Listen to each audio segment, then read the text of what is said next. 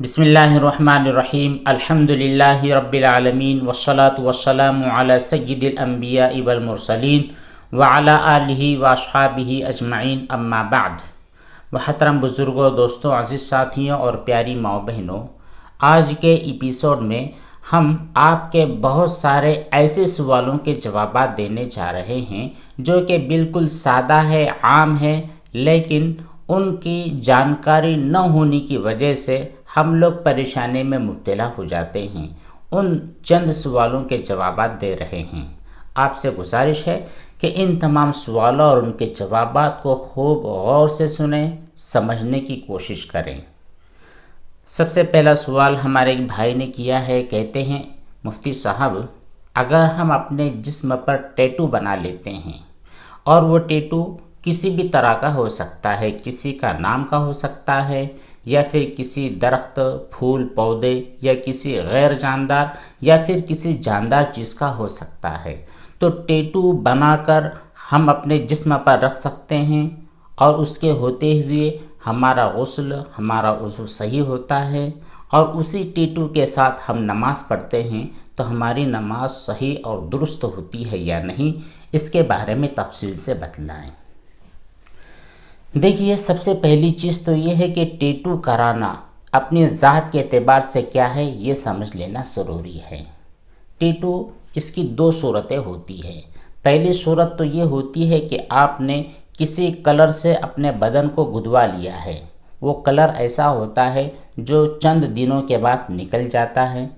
دوسرا، ٹیٹو ایسی صورت میں بنایا جاتا ہے جس کو باقاعدہ آپ اپنی چمڑی کے اندر اور گوشت کے اندر گدوا لیتے ہیں،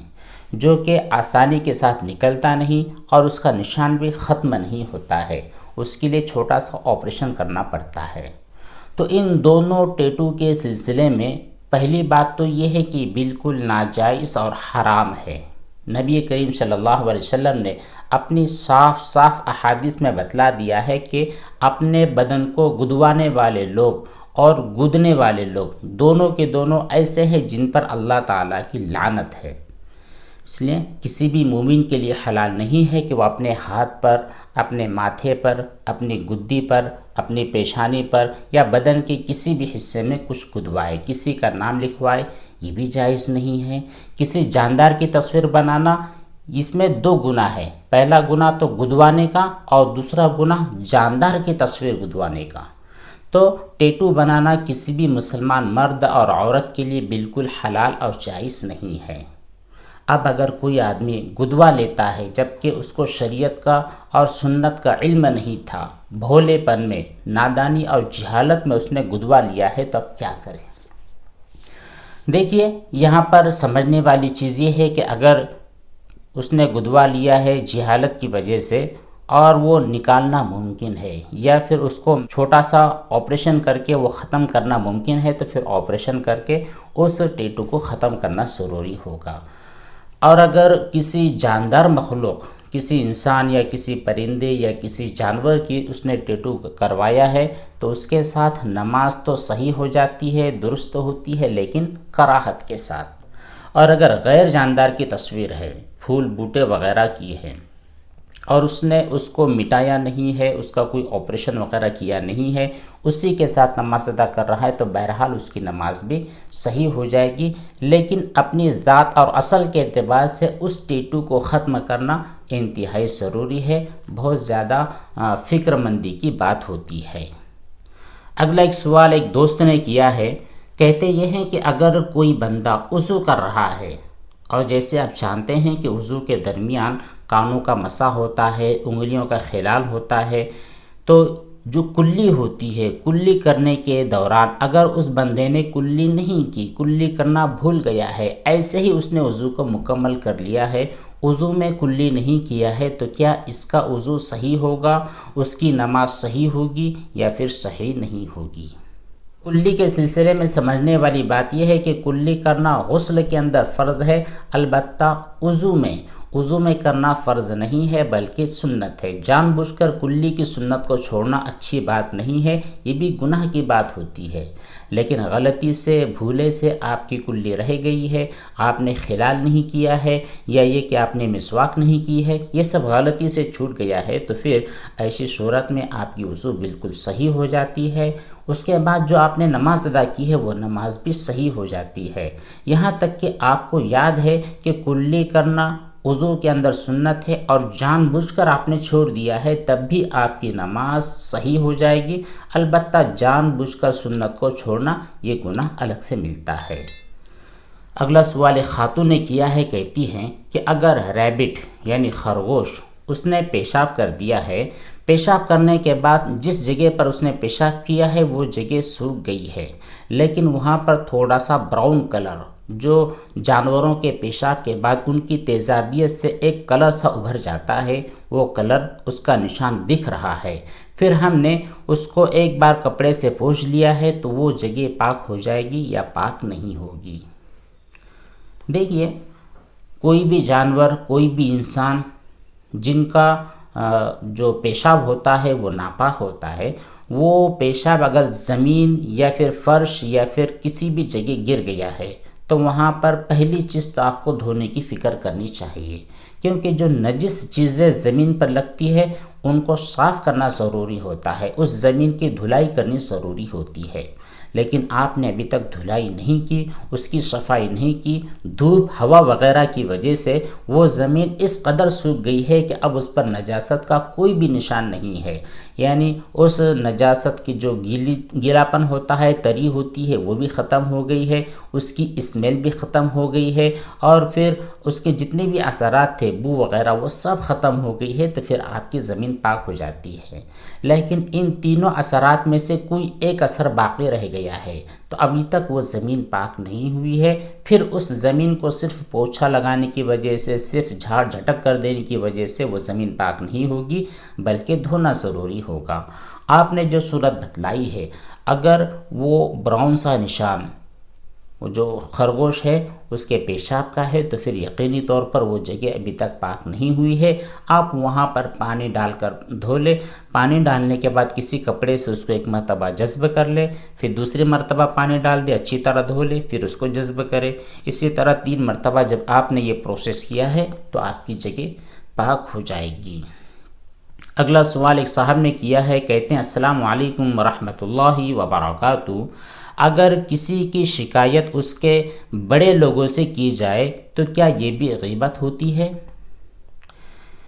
دیکھیے، غیبت کہتے کسے ہیں اسے سمجھنا ضروری ہے۔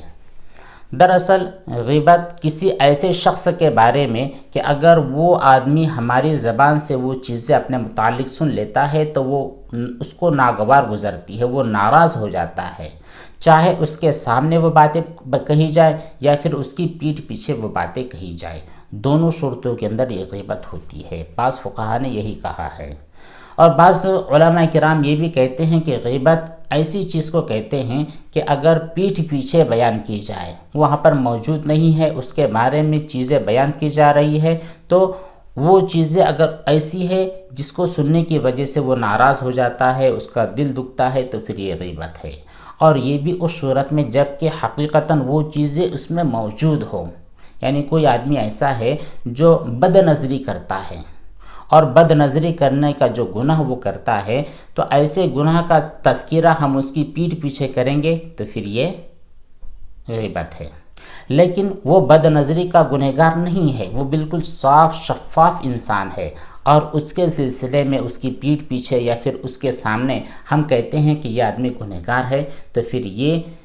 غیبت نہیں بلکہ بہتان ہے۔ بہتان کہا جاتا ہے ایسی چیز کو جو کسی کے اندر نہیں ہے لیکن آپ بڑا چڑھا کر اس کے بارے میں بیان کرتے ہیں۔ اب غیبت بعض موقعوں پر حرام ہوتی ہے اور بعض موقعوں پر جائز ہوتی ہے۔ کوئی آدمی ہے جس کے بارے میں کسی نے آپ کو کہا ہے کہ اس کی چال چلن کے متعلق آپ دیکھ بھال کرتے رہو، یہ آپ کی نگرانی میں ہے، اور جس چیز میں یہ آپ سے کنٹرول نہیں ہو پاتا ہے وہ چیز ہم تک پہنچا دیجئے۔ تو پھر ایسی صورت میں آپ اپنے دوستوں کو یا پھر جو بھی آپ کے نگرانی میں اپنی زندگی گزار رہا ہے، آپ اس کی تربیت کر رہے ہیں، جتنی باتیں آپ کی مانتا ہے آپ ہدایت کرتے ہیں، جو باتیں وہ آپ کی مانتا نہیں ہے اور اس کو راہ راست پر لانے کے لیے، اس کو سمجھانے بجھانے کے لیے اور اس کی زندگی کو سنوارنے کی نیت سے آپ یہ تمام باتیں اس شخص کے بڑے لوگوں کو یعنی اس کے ذمہ داروں کو پہنچا دیتے ہیں، تو پھر یہ غیبت نہیں ہوتی ہے، یہ اس بندے کی خاطر اصلاح کا ایک معاملہ ہوتا ہے۔ یہی حال آپ کے ادارے میں ہوتا ہے۔ اگر آپ کے ادارے میں آپ کے ساتھ رہنے والا آپ کا کوئی دوست ہے، آپ کا کوئی بھائی بہن ہے جو غلطی کر دیتے ہیں اور آپ کو لگتا ہے کہ اگر میں ان کی غلطی پر پردہ ڈال دوں گا تو ہو سکتا ہے یہ اپنی غلطی میں بہت زیادہ آگے نکل جائیں گے، اس لیے ان کی اصلاح کی خاطر آپ ان کی شکایت اپنے اساتذہ سے، اپنے والدین سے، اپنے بڑے لوگوں سے کر دیتے ہیں، تو پھر انشاءاللہ یہ غیبت کے درجے میں داخل نہیں ہوگا، بلکہ ان کی اصلاح کی نیت سے یہ کام کرنے کی وجہ سے آپ کو بسا اوقات ثواب بھی ملے گا۔ اگلا سوال ایک بھائی نے کیا ہے، کہتے ہیں السلام علیکم مفتی صاحب، یہ جو OCD کی بیماری ہوتی ہے تو یہ بیماری جسمانی بیماری ہوتی ہے یا یہ کہ پھر شیطان کی طرف سے وسوسہ اور وہم ہوا کرتا ہے؟ تو دیکھیے، جب آدمی وہم اور وسوسے کی زندگی کے ساتھ اس کا ٹچ ہو جاتا ہے، ایسی چیزیں اس کی زندگی میں داخل ہو جاتی ہے، طرح طرح کے خیالات اس کے ذہن کا اور اس کے دماغ کی آماجگاہ ہو جاتی ہے، ہر قسم کے خیالات وہ اس کے زندگی میں آتے چلے جاتے ہیں، یہاں تک کہ وہ آدمی اپنے آپ کو بڑا مریض اور دکھی محسوس کرتا ہے۔ بہت سارے لوگ اس کو تسلیہ دیتے ہیں، بہت سارے لوگ اس کو طرح طرح کی گائیڈنس کرتے ہیں وغیرہ وغیرہ۔ تو جب آدمی کسی اعتبار سے اس پوزیشن کو پہنچ جاتا ہے کہ اب وہ مکمل ڈسٹرب ہو چکا ہے، وہ کہیں سے بھی اپنے اچھے یا برے کے بارے میں سمجھ نہیں پا رہا ہے، تو یہ جو بیماری ہوتی ہے جس کو ہم بہت سارے ناموں سے سمجھ سکتے ہیں، جس کو OCD بھی کہا جاتا ہے اور اسی کو وہم اور وسوسہ بھی کہا جا سکتا ہے، اور بہت سارے اس کے الگ الگ نام ہیں، تھوڑی تھوڑی کیفیات اور ان کے حالات کو بدلتے ہوئے۔ خیر، یہ جو OCD ہوا کرتی ہے اس کی بنیاد عام طور پر اپنے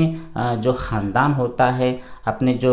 ریلیٹیو اور جو رشتہ دار ہوتے ہیں، جو والدین وغیرہ، ان کی طرف سے موروثی بھی بیماری ہو سکتی ہے۔ دوسری چیز یہ کہ انسان جس ماحول میں اور جن حالات کے ساتھ جس وقت اس کے ارد گرد کے حالات کے ساتھ زندگی گزار رہا ہوتا ہے، کبھی کبھی ایسے حالات کو دیکھتے ہوئے بھی یہ بیماری وجود میں آ جاتی ہے، اور کبھی کبھی اچانک اس کی زندگی میں کچھ حالات کی تبدیلیوں کی وجہ سے، ڈپریشن کی وجہ سے یا پھر بہت زیادہ غور و فکر کی وجہ سے،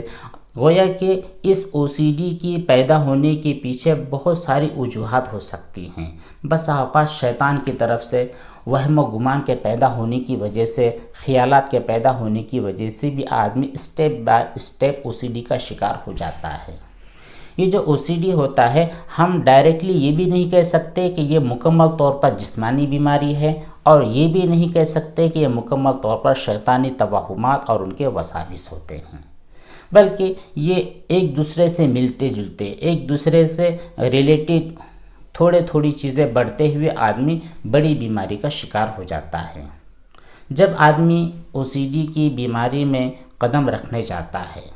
تو اس کے جو نگران ہوتے ہیں، اس کے دوست احباب ہوتے ہیں، انہیں تھوڑا سا احساس ہو جاتا ہے۔ ایسے موقع پر ان لوگوں کے لیے بہت ساری چیزیں ایسی ہوتی ہے جو چیلنج کے طور پر قبول کرنا ضروری ہوتی ہے۔ گویا کہ ایسے وقت میں جب آپ محسوس کریں کہ کوئی آدمی OCD کی طرف اپنے قدم بڑھا رہا ہے، تو آپ کی ذمہ داری ہے، چاہے آپ ماں ہوں، چاہے آپ باپ ہو، بھائی ہو، بہن ہو، دوست ہو، نگران ہو، چھوٹے ہو، بڑے ہو، جب آپ کو اپنے بندے کے متعلق اس چیز کا علم ہو چکا ہے تو پہلی چیز آپ کو کرنے کی یہ ہے کہ اس کو یہ فیل کروائے، اس کو یہ باور کروائے اور اس کو یقین دلائے کہ بھائی آپ تنہا نہیں ہو، ہم آپ کے ساتھ ہیں، ہم آپ کے دوست ہیں، ہم آپ کے بڑے ہیں، آپ ہم سے اپنی تمام چیزوں کو شیئر کر سکتے ہیں۔ جگہ جگہ پر آپ ان کے ساتھ رہیے، اور بہت ساری چیزیں جو ڈاکٹروں کے مشوروں سے اور جو ماہرین ہوتے ہیں ان کے مشوروں سے ایسے لوگوں کی کس طرح تربیت کرنی چاہیے، کس طرح ان لوگوں کو ان کی زندگی کا جو شیڈول بگڑ چکا ہے ان کی زندگی کو راہ راست پر لانے کے لیے کیا کرنا چاہیے، وہ تمام آپ کو کرنے ضروری ہے۔ اسی کے ساتھ ساتھ جو سب سے بڑا کام ہوتا ہے وہ یہ کہ اللہ تبارک و تعالیٰ سے لو لگانے کی ضرورت ہوتی ہے۔ اکثر دفعہ ایسا ہوتا ہے کہ بندہ کسی شیطانی بہکاوے میں آنے کی وجہ سے، کسی شیطانی وسوسے کی وجہ سے اس راستے کا اور اس بیماری کا مریض ہو جاتا ہے، اس کا شکار ہو جاتا ہے۔ بات ہوتی ہے چھوٹی سی، لیکن اس چھوٹی سی بات کو ذہن میں بٹھانے کی وجہ سے، بار بار اس کو ذہن میں گھمانے کی وجہ سے وہ پتہ نہیں اپنے ساتھ کیا کیا فیصلے کر لیتا ہے، اپنی زندگی کو کس کس موڑ پر اور کس اندازے سے فٹ کر دیتا ہے۔ ایسے موقع پر اس کو سمجھانا ہے، اللہ تعالیٰ کے دربار میں اس کو حاضر کروانا ہے۔ ایسے موقع پر بندہ بہت زیادہ ڈرنے لگتا ہے، وہ تھوڑی تھوڑی بات کے اوپر اتنا زیادہ ڈرتا ہے، اتنا زیادہ روتا ہے، اتنا زیادہ شرمندہ اور پشیمان ہوتا ہے کہ آپ تصور نہیں کر سکتے۔ جن کے ساتھ یہ معاملہ ہوتا ہے وہی لوگ اس کو اچھی طرح سمجھ سکتے ہیں۔ تو جب ان کے ساتھ اس طرح کا معاملہ ہو اور آپ ان کو دیکھ رہے ہیں تو آپ کی ذمہ داری ہے کہ جس طرح آپ ان کا ہاتھ پکڑ کر کسی سائیکٹرسٹ کے پاس لے جاتے ہیں، بالکل اسی طرح ان کا ہاتھ پکڑ کر اللہ کے دربار میں بھی لے جائے، اللہ پر ان کا یقین مضبوط کروائے۔ اللہ پر جو ان کا یقین ہونا چاہیے تھا، جس لیول کا ان کا ایمان ہونا چاہیے تھا، ایمان اس لیول پر لانے کی فکر کرے۔ جب ایسا کام ہوگا وہ اللہ تعالیٰ پر بھروسہ کریں گے، اپنی ذات کو بھلا دیں گے، تو انشاءاللہ اللہ پر جتنا بھی ایمان بڑھتا چلا جائے گا، جتنے بھی اعمال اس کے بڑھتے چلے جائیں گے، یہ جو خباثتیں ہیں، یہ جو شیطانی وساوس اور وہم و گمان ہیں، یہ رفع چکر ہو جائیں گے۔ بہت سارے لوگوں نے اپنے تجربات یہ شیئر کیے ہیں کہ ہم نے اس بیماری کی وجہ سے سب کچھ چھوڑ دیا تھا، ہم بالکل اپنے آپ کو بھول چکے تھے، اللہ کو بھول چکے تھے، لیکن کسی اللہ کے بندے نے ہمارا ہاتھ پکڑ کر اللہ تعالیٰ کے در پر لے کر گیا اور ہم وہاں پر اللہ تعالیٰ کے سامنے خوب روئے، گڑ گڑائے، اور ہم نے سمجھ لیا کہ اس وہم و گمان اور ان وسوسوں کی وجہ سے اپنا کیا کچھ کھو دیا ہے۔ جب ہمیں اس بات کا احساس ہوا، ہم نے جو ریگولر چیزیں اپنی نماز کی ہو سکتی ہے، اپنی طہارت کے سلسلے میں ہو سکتی ہے، بہت زیادہ حد سے جو ہم نے بڑھا دیا تھا اس کو کنٹرول کرنے لگ جاتے ہیں، اور ہم اپنے آپ کو اللہ تعالیٰ کے حوالے کرنے کے راستے میں چل پڑتے ہیں، تو پھر ہم ریلیکس فیل کر رہے ہوتے ہیں۔ ہمارے سر پر جو بہت بڑا بوجھ تھا وہ بوجھ گویا کہ ختم ہو چکا ہوتا ہے، یا پھر ہم اس ڈپریشن اور پریشانی اور اوسیڈی سے باہر نکل چکے ہوتے ہیں۔ تو خیر، شیطانی وسوسہ بھی ہوتا ہے، اس لیے سب سے بڑی ضرورت ہماری یہ ہوتی ہے کہ ہم اللہ تعالیٰ پر توکل اور بھروسہ کریں۔ نبی کریم صلی اللہ علیہ وسلم نے جو دعائیں بتلائی ہیں ان دعاؤں کی خاص طور پر پابندی کریں۔ اسی طرح صبح شام کثرت سے سورہ فلق اور سورہ ناس اس کی پابندی کیجیے۔ ہر نماز کی ادائیگی کے بعد آیت الکرسی پڑھنے کا اہتمام کیجیے۔ جس وقت شام ہو اور صبح ہو تو اس وقت کی جو مسنون دعا ہے، اعوذ بکلمات اللہ التامات کلھا من شر ما خلق، بسم اللہ الذی لا یضر مع اسمہ شیء فی الارض ولا فی السماء وہو السمیع العلیم، یہ بڑی جاندار دعا ہے۔ اس دعا کو پڑھنے کی وجہ سے آپ اپنے آپ کو اللہ کے حوالے کر دیتے ہیں، اللہ کی پناہ میں چلے جاتے ہیں، پھر شیطان آپ کے اوپر اٹیک نہیں کر پاتا ہے۔ شیطان آپ کو اچکنے اور آپ کے دل میں طرح طرح کے خیالات اور وسوسے ڈالنے سے اپنے طاقت نہیں رکھتا ہے۔ تو یہ جو دعائیں ہیں ان دعاؤں کے پڑھنے کا اہتمام بھی کرنا چاہیے، اور خاص بات یہ ہے کہ آپ کو خود اپنی ذات سے فکر کرنی ہے کہ مجھے اس بیماری سے باہر نکلنا ہے، ورنہ ڈاکٹر آپ کا کتنا بھی علاج کروائے گا، جو آپ کے سائیکٹرسٹ ہے یہ آپ کو کتنا بھی باہر نکلنے کی کوشش کریں گے، ہر قسم کی دوائیاں آپ کو کھلائیں گے، ہر قسم کا آپ کا ٹریٹمنٹ ہوتا رہے گا، ہر قسم کی دعائیں آپ پڑھتے رہو گے، لیکن خود اگر آپ نے اپنے دل میں ٹھان لیا ہے کہ مجھ کو اس بیماری سے باہر قدم رکھنا ہی نہیں ہے، تو پھر دنیا کی کوئی بھی طاقت آپ کو باہر نہیں نکال سکتی۔ تو سب سے پہلے آپ کی قوت ارادی مضبوط ہونی چاہیے، آپ کو یہ بیماری سمجھ میں آنی چاہیے، اور اس بیماری سے لڑ کر اس سے اپنی گردن کو چھڑا کر باہر نکلنے کی کوشش اور فکر بھی ہونی چاہیے۔ اللہ تبارک تعالی ہم تمام کو عمل صالح کی توفیق بخشے۔ والسلام علیکم ورحمۃ اللہ وبرکاتہ۔